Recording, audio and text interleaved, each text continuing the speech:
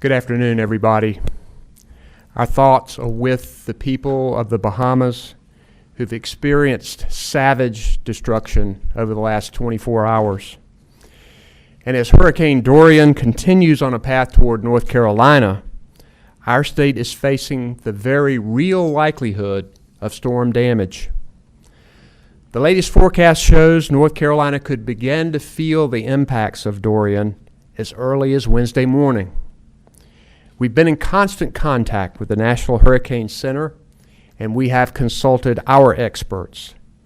In the next 24 hours, we expect the storm to turn north and pick up speed. Local leaders, in consultation with our state emergency management, are carefully considering evacuation decisions now. Some are announcing evacuations this afternoon.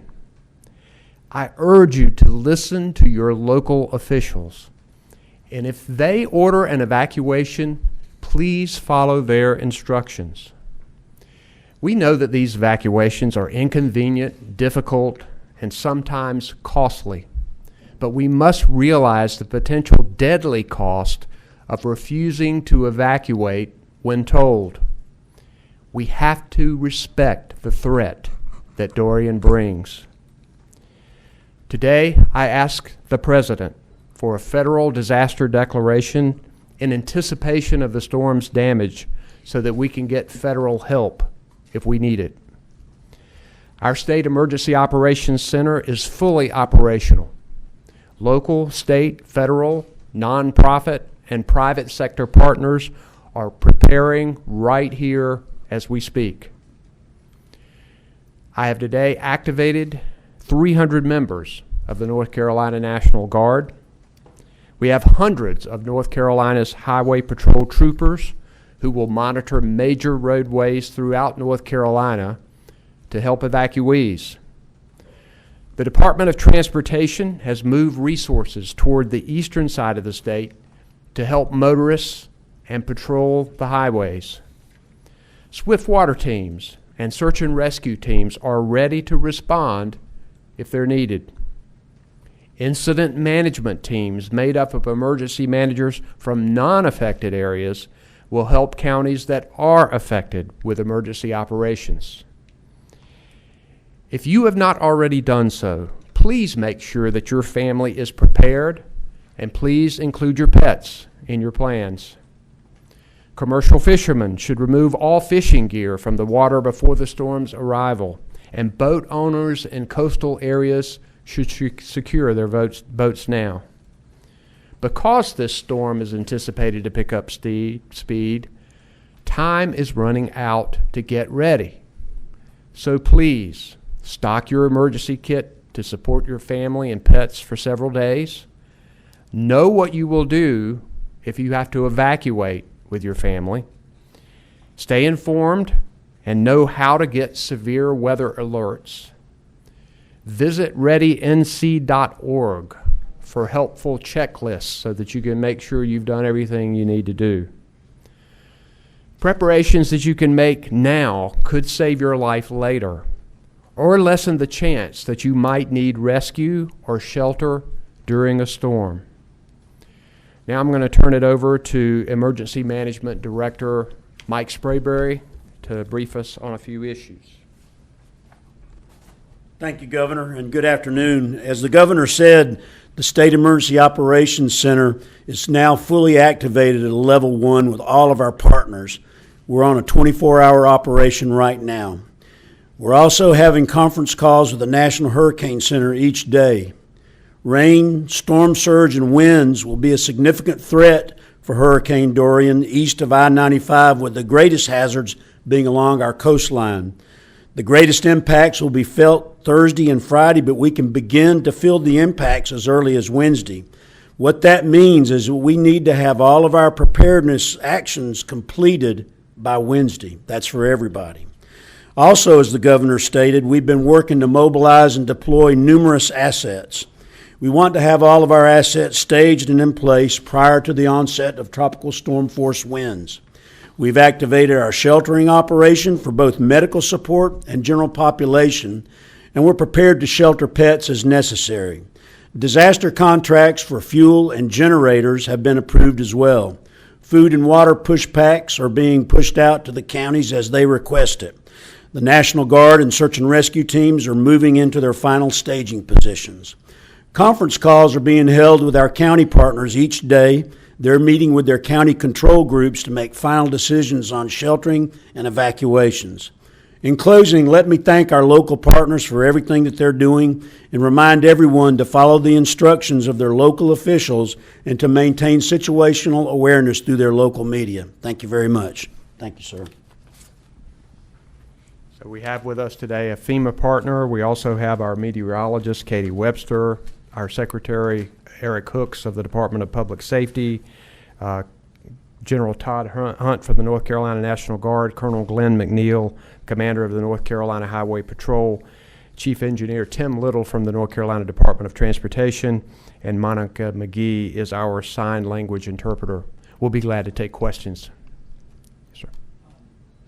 Last year during Hurricane Florence, right? How about grab the mic there? Thanks. Last year after Hurricane Florence, Wilmington was essentially cut off by land. I'm wondering if you're making any different preparations this time around, knowing that that's a possibility. Mike, you want to grab that? We do know that's a possibility, and I can tell you that DOT's been working on a study to find out what type of mitigation measures that we can take to work on 40 to keep it from being cut off. We've stationed a lot of high water vehicles out in the eastern part of the state, and we're hopeful that we'll be able to negotiate those roads to get into Wilmington. It's still an issue. We're not denying that, but we are addressing it. It just takes a little bit of time, as you might imagine. Is there any staging any more either equipment or supplies in the Wilmington area? So what we're doing is we're staging as far forward as we can, but staying out of the storm, the path of the storm, because we don't want to endanger any of our response resources. And so just as soon as the storm passes and upon the request of New Hanover County, we'll surge in there. Since I've got the mic, one more question. What advice do you have for people who might be poorly housed as a result of Hurricane Florence, either in a trailer or tarps still on their roofs? This is one of the reasons that we're setting up shelters in local areas. We're also going to have a statewide shelter ready to set up in Durham if need be. We want people to heed evacuation orders. We don't yet know exactly the path of the storm, so we don't know how much damage that wind will bring. We always know, though, that water can be damaged, can be a real problem for our state. I'm going to also have Tim Little with the Department of Transportation to address your issue regarding I-40. We're working on a proposal to mitigate the situation in I-40, but Tim has some details on that. Yes, as the governor had talked about, we have finalized some of the reporting on our efforts to mitigate I-40, which will be coming out very soon. But also, I just wanted to mention too, US 421, which was cut in two from Florence. That area has been repaired. It has a temporary bridge in place now that we think would hold if we had a similar event. But also there's a permanent structure that's being built right beside it that should open within the next 2 weeks. In the next couple of days, we're going to try to make every effort we can to have that available in case we need to. But those bridges and the temporary bridge will span that length of the cut that was there during Florence. Laura. Governor, I'm not sure who this question's for, Melissa W. Oriole. A lot of people out there who are still trying to recover from Florence, and in some cases even from Matthew, are wondering, are we in for the same thing again? I'm wondering what the meteorologists can say in terms of flooding risks that we're facing at this point, whether we have reason to think it could be as bad or perhaps. Well, I'll call on our meteorologist, Katie Webster. Hey, thank you for that question. So our thinking now is that while we could still see deviations in the track, whether it be eastward or westward, this is a fairly fast-moving storm. And after talking with the Hurricane Center, we have good confidence that that storm will be moving pretty quickly as it crosses our coast. So while we could still see some heavy rain, and where that axis of heavy rain sets up would be highly dependent on the track, I don't think at this point we are anticipating the large amounts of rain that we saw in Hurricane Florence, just based on some upper level features. So right now we're expecting 5 to 10 inches with some locally higher amounts of 15 inches right along the coast, and we'll just watch and see in the coming days where that track deviates.